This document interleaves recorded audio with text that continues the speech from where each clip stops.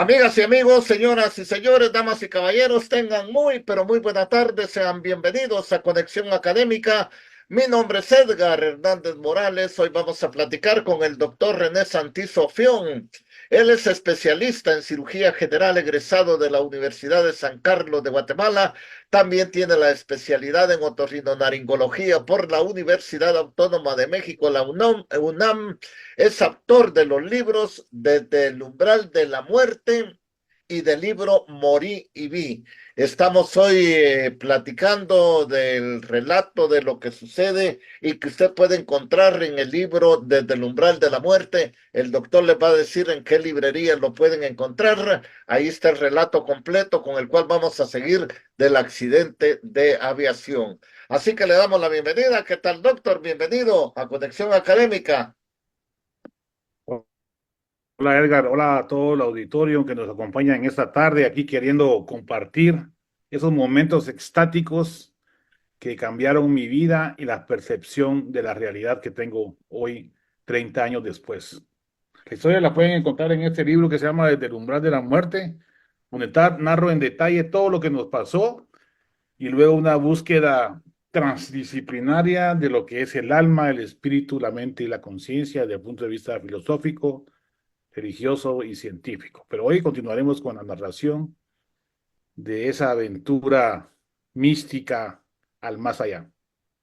Pues bien, doctor, usted tiene la palabra ahí como continuó después de este fatal accidente, de esta tragedia, de esto que pudo ser tragedia, la verdad, pero de este accidente, doctor. Bueno, Edgar, la semana pasada contamos cómo nos subimos a la avioneta, tuvimos el accidente, íbamos en una tormenta severa en las montañas de Cobán, con todo cerrado, lloviendo a cántaros y chocamos, ¿no? Ya les conté más o menos qué fue lo que pasó, cómo salí de la avioneta arrastrándome entre la lluvia, la sangre, la gasolina y el aceite que me caían encima. Imagínense esas películas de guerra donde va el soldado arrastrándose entre el lodo, pues así fue como yo me arrastré porque no podía caminar, no podía mover las piernas, tenía todas quebradas. Entonces me puse atrás de la avioneta en un momento determinado, lloviendo a cántaros, y yo no tenía, en ese momento no tenía dolor, pero yo perdía y recuperaba la conciencia. Y Alejandro, que tenía 3 años, mi hijo, y Violeta, mi esposa, que tendríamos, ¿qué? 32 años más o menos, yo 32, ella 31, o 33 y 32 por ahí. Estaba como a unos 5 o 6 metros adelante mía, en un lugar donde había un charco, pues solo ese lugar había. Entonces ella se sentó ahí con Alejandro, lloviendo a cántaros, con un frío que nos helaba los huesos, yo chorreando sangre y desmayándome y recuperando la conciencia. Cuando en eso llega una señora, una indígena del área, y se compadece de Violeta, de Alex, y le lleva un plástico negro, como una bolsa negra, esa que tiene para tapar, llevar a recoger basura. Entonces se lo entrega a Violeta y Violeta lo parte en dos y le da la mitad a Alejandro para que me lo lleve a mí. Yo estaba inconsciente. Entonces Alejandro, mi hijo de 3 años, camina en dirección hacia donde estaba yo y me mueve. Entonces yo recupero la conciencia y lo miro. Y me dice, papá, le traigo este plástico en sus medias palabras. Y yo me lo puse encima y sentí la gloria, ¿va? Porque entonces ahí ya sentía mucho frío y me estaba congelando y tenía shock hipovolémico, pérdida de sangre, traumas en la cabeza, en el tórax, en el abdomen, en los miembros inferiores, fracturas en los tibia, peroné y todos los pies. Entonces cuando levanto la cara, acuérdense que tenía partido aquí en dos. Estaba sangrando mucho por aquí y por aquí y por todos lados. Entonces Alejandro me mira y me dice, papi, te vas a morir. Yo recuerdo mucho ese momento porque en ese momento cuando él me lo pregunta, yo ya había pensado y me había preguntado cómo me iba a morir. No estaba pensando si íbamos a salir de ahí o no. Yo dije, bueno, me voy a morir. Ojalá que Alejandro y Margarita, y Violeta se salgan de ahí. Margarita es mi hija que nació después de esto. Entonces yo pienso y le digo a Alejandro, no, no me voy a morir. Vamos a salir de aquí, le digo yo, vaya a cuidar a su mamá y nos van a venir a ayudar. Ahí va a ver. Bueno, les cuento que cuando estoy hablando así, como tenía aquí partido en dos, no podía vocalizar las palabras. Entonces tenía que agarrarme aquí y para acá para medio cerrar un poco la boca y poder hablar. Entonces tenía la boca así, le digo, no, no, no me voy a morir, vamos a salir, vaya con su mamá y la ayuda, en lo que podamos. Entonces Alejandro regresa, viene la indígena, le da el plástico violeta encima, ella estaba muy, muy herida por la columna, Alejandro, ¿qué edad tenía, doctor? como 3 años, más o menos, como 3 años. Entonces medio hablaba y todo. Entonces, viene la señora esta, la indígena, envuelve a Alejandro con su manto, lo tapa de la lluvia, porque la lluvia canta, los imagínense la peor torrencial que puedan imaginar aquí en Guatemala, con viento y todo, ¿va? Entonces lo envuelve y se lo lleva, como yo pienso, bueno, por lo menos Alejandro va a sobrevivir. Después, yo inconsciente, se llevan a Violeta, como les conté la semana pasada, agarran una silla, le ponen una pita aquí, otra pita allá, y un indígena como de unos 50 se carga a tuto la silla de Violeta y se la lleva. Yo me quedo ahí 2 horas después.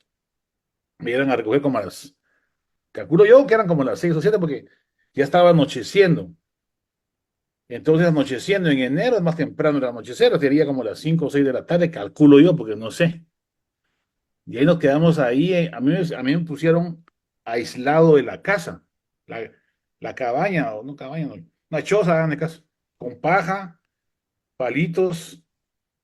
Esa era la casa de Edo, ¿va? Entonces había una habitación donde era sala, comedor, cocina y todo ahí dormían, ahí comían, ahí todo. Y aparte tenían un como medio lugar para los animales, hagamos de caso. Y a mí me pusieron ahí. Y a Violeta y Alejandro estaban adentro, digamos.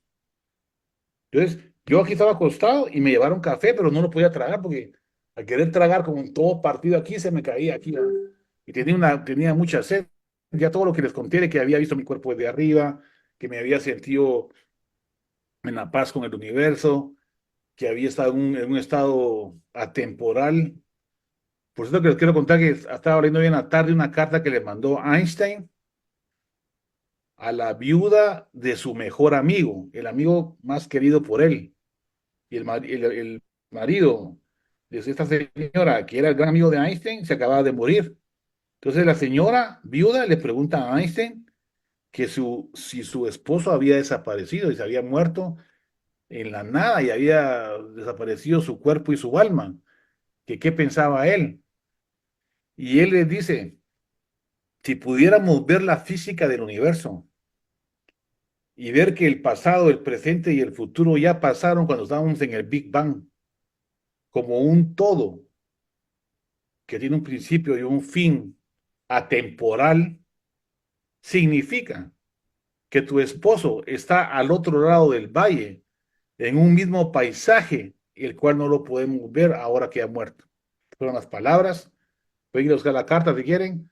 La carta la van a subastar. Se la dedicó a un cuate que se llama Beso, que es un ingeniero italiano judío que estudió con Einstein en los primeros años de escuela y lo acompañó toda su vida y le contó todas sus vicisitudes y sus aventuras en todo tipo de pensamiento ya más íntimo. Y es una revelación muy interesante.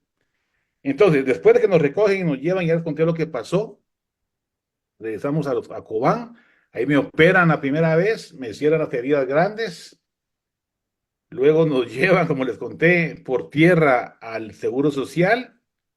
Salimos como a no me acuerdo, pero en la tarde, digamos, y llegamos a medianoche aquí al Hospital de Accidentes de ICS, que está enfrente de Tecumumán. Ahí tenía tantas, y llegamos a medianoche, ¿va? Entonces, yo me acuerdo cuando yo era jefe de residentes en ese mismo hospital, los que llegaban a medianoche se morían. ¿Por qué? Porque llegaban deshidratados, llegaban heridos, llegaban así, ¿va? Entonces yo digo y ahora yo llegando a esta hora, ¿va? Con Violeta, ¿va? Entonces a Violeta la meten a operar, a mí me dejan ahí. Pero tenía tantas heridas que yo me acuerdo que el residente que estaba ahí me comenzó a suturar. Al principio me ponía anestesia, ¿va? Y tenía un montón de heridas por todos lados, pero chiquititas, ¿va? Por todos lados. Al principio me ponía anestesia y me ponía el punto. Pero cuando me llevaba un montón, ya después solo me ponía el punto, ¿va? Entonces me estaba cosiendo sin anestesia. Entonces digo, claro. Pero yo le daba gracias a Dios de estar ahí sufriendo y doliéndome las piernas porque ya había pasado todo eso que había pasado antes, ¿va? Entonces es increíble cómo del dolor uno siente mejoría y tranquilidad. Entonces ahí me acuerdo que yo no se imagina cómo estaba yo, ¿va? Sin bañarme ni nada, todo. Me lavaron la cara cuando me operaron, creo yo, y lo demás no. Entonces estaba todo, no sé, con lodo, todo fregado. Entonces, una amiga me llega, me contaron, ¿va? Porque yo no la vi. Entonces, cuando yo me acosté ahí, no dormí durante 2 o 3 días, no sé si fue la contusión cerebral o qué, ¿va?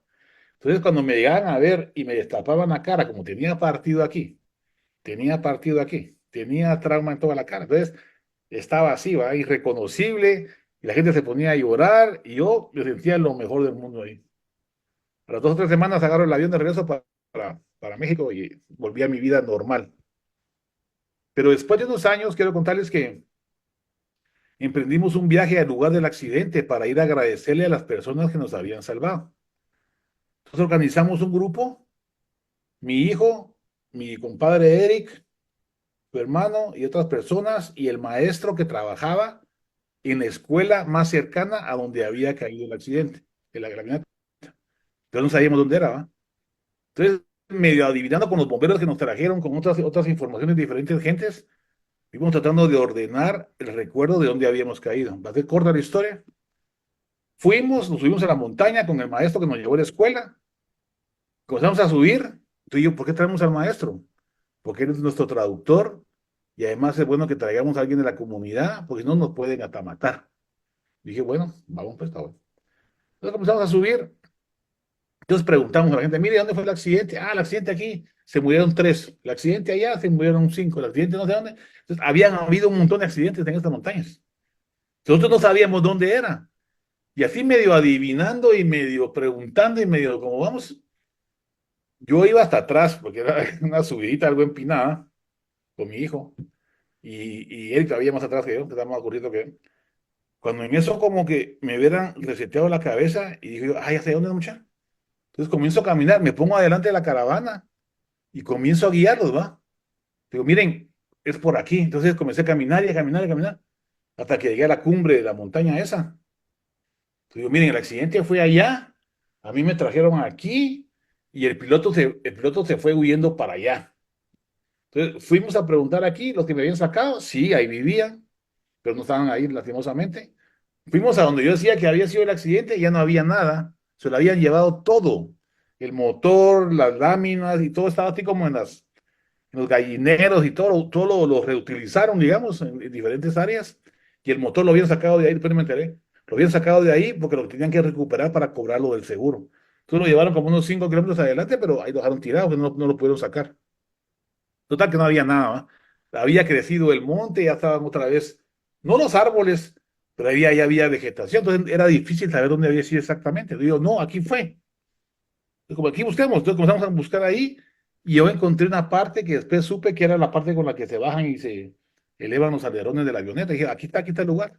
Entonces ahí comenzamos a buscar y encontramos algunos pedacitos chiquitos, pero no había casi nada. Pero ¿saben qué? Vamos a donde estuvo, donde huyó el piloto. Y fuimos donde huyó el piloto, ¿no? Y preguntamos, aquí fue. Ah, entonces, va. Después vamos a donde, por donde me llevaron a mí y fuimos, ¿va? ¿Y por qué me llevaron? Sí. Y eso me preguntan a mí, ¿cómo te acordás de esas cosas si estabas inconsciente? Entonces yo ahí digo, caigo yo en mí y digo, tienes razón, ¿cómo me acuerdo? Entonces digo, no sé por qué me acuerdo, pero tengo la vista, tengo la imagen tridimensional de todo lo que pasó, lo tenía en mi cabeza. Entonces cuando iba llegando al lugar, como que me hubieran flashado el cerebro y hubiera sabido dónde estaba todo, ¿ah? Entonces eso me desconcertó y me dejó así pensando, bueno, me dejó pensando todos estos años, ¿cómo era posible que tan inconsciente y traumatizado y en shock haya tenido esa revelación de los estados diferentes del espacio-tiempo, digamos? Y años después invitamos a la gente a que bajara a Cobán, porque ya no puedo subir, ¿va? Porque es una montaña gigante, eran 8 horas. Les cuento que cuando nosotros caímos ahí en el accidente, el indígena que nos vio la primera vez, que nos comenzó a hablar, Violeta, yo me oí, entonces oí que no hablaba español. Entonces Violeta como es de Cobán, sabía unas palabritas en quechí y se da cuenta que medio le entiende. Entonces yo, dígale que vaya por los bomberos. Pero lo único que se me ocurrió decirle, ¿va? que vaya a avisar al pueblo que aquí estamos, que estamos vivos. Entonces ella le dice al bombero, a este cuate, a este indígena de ahí, y él agarra a caminar desde ahí hasta Carchá. 8 horas, mejor me queda, yo no sé cuánto será. De 8 a 10 horas caminando de esa montaña hasta la alcaldía. Llega a la alcaldía, están en una reunión, toca la puerta, no le hacen caso, habla con otra persona ahí, no le hacen caso, creen que es mentira. Al final alguien le hace caso, le avisan al alcalde y gracias a este individuo organizaron a los bomberos y a los rescatistas para que nos fueran a sacar. ¿A las qué? 7, 8 de la noche. Llegaron arriba como a las qué? A medianoche, digamos. Entonces, este individuo comenzó a correr desde el lugar del accidente hasta ahí. Hizo una maratón prácticamente, porque son kilómetros, ¿no? Yo no sé cuánto será, pero lo que me acuerdo, yo llegué, me sacaron como a las 11 12, háganme caso, y yo llegué a Cobán en carro, en un pick-up, como a las 4 o 5 de la mañana, más la bajada, ¿va? Entonces hagan las cuentas ahí, es un lejísimos. Entonces después invitamos a los indígenas, bajan a Cobán, esto fue años después, ¿no? La regresada fue como a los 10 años, y el 95 al 2004, 2005, no me acuerdo, pero fue años después. Y después hicimos un almuerzo hace unos años, y los invitamos a bajar, y nos contaron que la razón por la cual no me sacaban a mí de la avioneta y del accidente durante 7, 8 horas era porque ellos creían que nosotros habíamos llegado 2 o 3 días antes a querer expropiar las tierras de ellos. Entonces lo que estaban discutiendo entre el grupo de la población era si me mataban o no. Por eso es que me dejaron ahí. Por eso es que yo no entendía por qué me miraban y me dejaban ahí y no me ayudaban ni nada. Solo porque tuvieron valor esas personas de sacarnos ahí en contra de la mayoría del pueblo, de la aldea, digamos. Nos sacaron a expensas de que pudieron haber matado a ellos también, porque estaban muy enojados, porque les habían llegado a sacar a tierra, digamos, o amenazarlos, no sé exactamente cómo fue la cosa. Y por eso fue que no pudieron sacar el motor de la avioneta. Entonces comencé a entender muchas cosas, ¿verdad? ¿Por qué nos habían dejado ahí? ¿Por qué no nos habían sacado? Después fui con el piloto a querer preguntarle si había. Yo quería saber si realmente se había perdido, no llevaba gasolina, o saber qué había pasado. Y traté de ir a hablar con él otra vez, lo encontré, le volví a platicar y se hizo el mu. Entonces, esas son preguntas que ya nunca voy a poder resolver porque no sé si todavía está vivo el piloto este.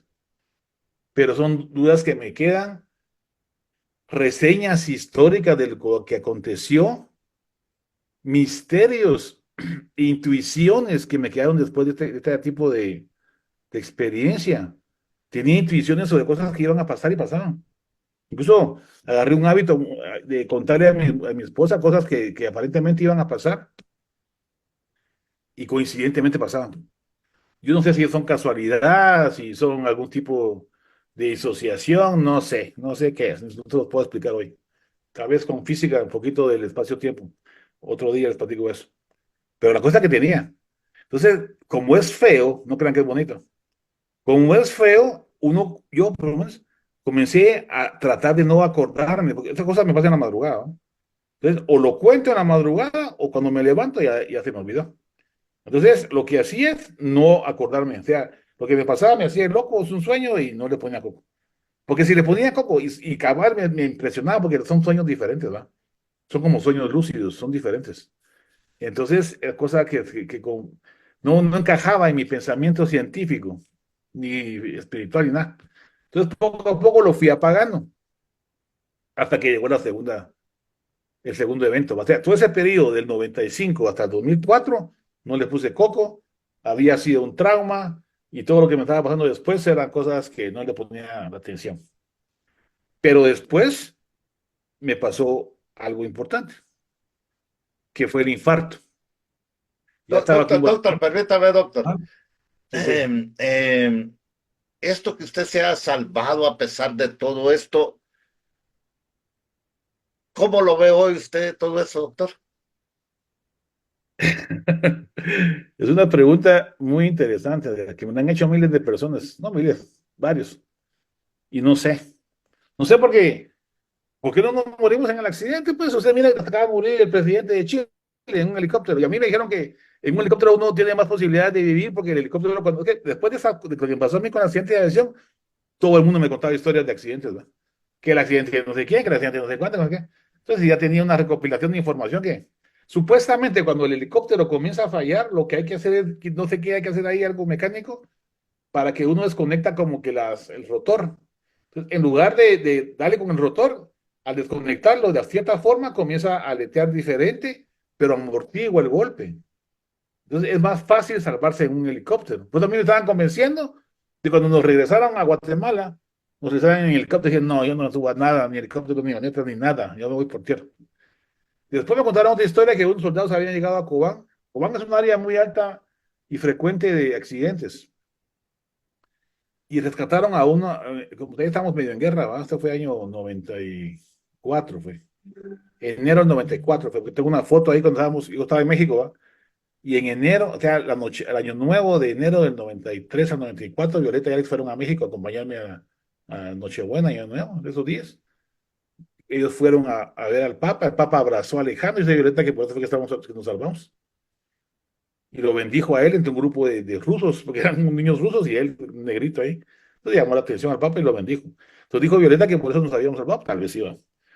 Pero entonces, tantas historias que me contaron y todo hace morir a la gente. Entonces, ese cuento de los soldados, subieron a los soldados heridos al helicóptero, pues no cabían todos. Entonces subieron a uno en una camilla agarrada al helicóptero y salieron.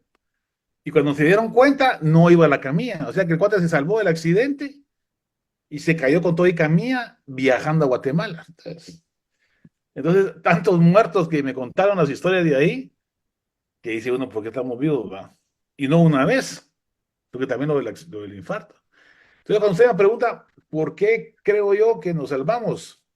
Yo creo que tenemos una función aquí en la Tierra, tanto Violeta como Alejandro como yo, y algo tenemos que hacer.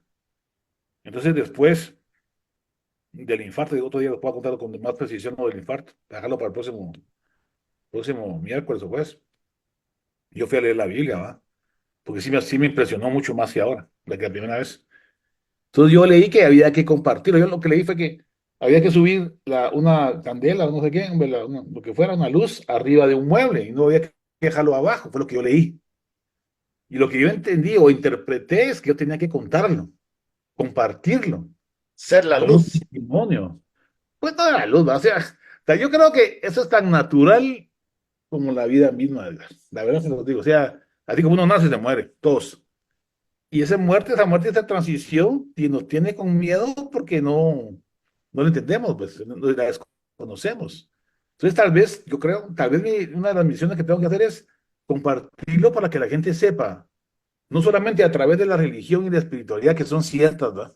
Cuando yo me pongo a oír esos ateos, yo digo, estos no saben ni qué están hablando. Pues, o sea, primero que van a leer filosofía, después, si no quieren filosofía, van a teología, después religiones, lo que quieran, pero hablan sin saber.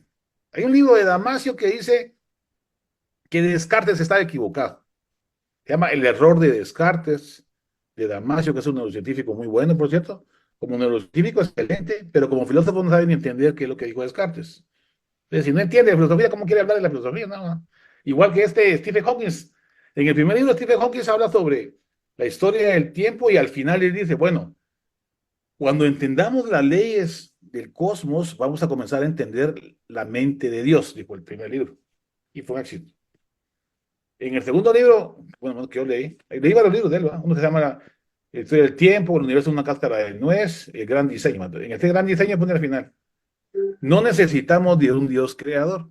Yo no sé si lo hizo para vender más libros o para qué va. Y dice, además de eso, dice que la filosofía no sirve para nada. ¿Cómo no va a servir para nada? La epistemología lo que estudia es la verdad de la ciencia. Y lo que dice esta epistemología es que la ciencia avanza poco a poco, que no tiene la verdad absoluta, que lo que sabemos hoy es diferente a lo que vamos a saber mañana y diferente a lo que sabemos ayer. Y eso es cierto hasta en matemáticas. Otro día hablamos de eso. También con plenitud de Gödel. O sea que no hay verdad en matemáticas, ni en medicina, ni en neurociencia, verdad absoluta, digo yo. No verdades, verdades sí hay. Entonces quiere decir que lo que yo tengo que hacer aquí, creo yo, es hacer esto, ¿verdad? Compartir, platicar, exponer que usted nos da la oportunidad de poder compartir estas experiencias para que la gente sepa a través de la razón y de la filosofía y de mi testimonio, el testimonio de mi familia, que sí hay un más allá. Así sepan lo que sí hay. Que no lo entendamos nosotros, bueno, no lo entendemos desde el punto de vista científico, pero desde el punto de vista espiritual, sí. ¿Por qué todas las religiones dicen que sobrevivimos a la muerte? Explíqueme eso. No hay forma en que todas se hayan puesto de acuerdo, pues. Eran muchas las distancias, mucho, muy difícil compartir conocimiento filosófico, teológico de una cultura hace 10.000 millones, no sé, no, perdón, hace 10.000 años, no sé cuánto fue. Son 2 más 7, póngale, hace 12.000 años. Es difícil, pues. Entonces, quiere decir que las diferentes culturas traemos innatamente, si quieren, genéticamente instaurado el gen de la espiritualidad, el gen de Dios, el gen de la divinidad, qué sé yo, o la gente que se muere y regresa como yo, que han sido todos, pues, y muchos me imagino que han contado lo mismo en diferentes historias, desde Gilgamesh hasta la República de Platón y la historia de Er. Hay muchas historias escritas de gente que se ha muerto y ha regresado. Yo creo que todos estos que regresamos, o los retornados, como le digo yo, mi cuate que también se murió y regresó, tenemos que contarlo, pues. Yo creo que esa es una de las razones por las cuales, Edgar, nos pasan estas cosas y tratamos de explicarlo, ¿va? Bien, doctor, se nos terminó el tiempo, doctor, en Conexión Académica. Seguimos la próxima semana. ¿Te Claro, parece? por supuesto que así, entusiasmado y con ganas. Si quieren leer mi libro, pueden llamarme al 4019-8373, mi número de celular, y nosotros les enviamos por mensajería el libro a su casa, o pueden llegar a mi clínica, o lo pueden encontrar en Sofos, de Museo, en Fondo de Cultura Económica, Librería Loyola y Amazon también. Repita su número, doctor, ahí para la gente que estaba Es así que no estaba lista. Ya.